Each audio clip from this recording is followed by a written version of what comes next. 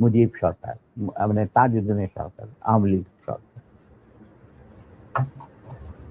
সেই অবস্থায় কি প্রমাণিত, এটা এই এই ঘটনায় কি প্রমাণিত হলো?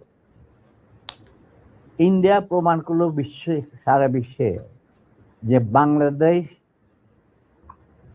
জনগণ নিজেরা যুদ্ধ করে দেশ স্বাধীন করেনি।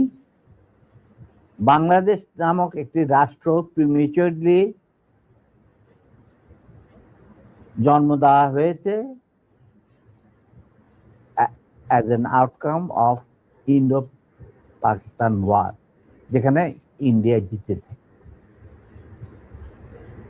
এইটা হলো ইতিহাসের শুরু।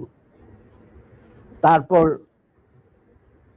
মুজিবকে যখন ছাড়া হলো, সে তো কিছুই জানতো না যে দেশ স্বাধীন হয়েছে, কোন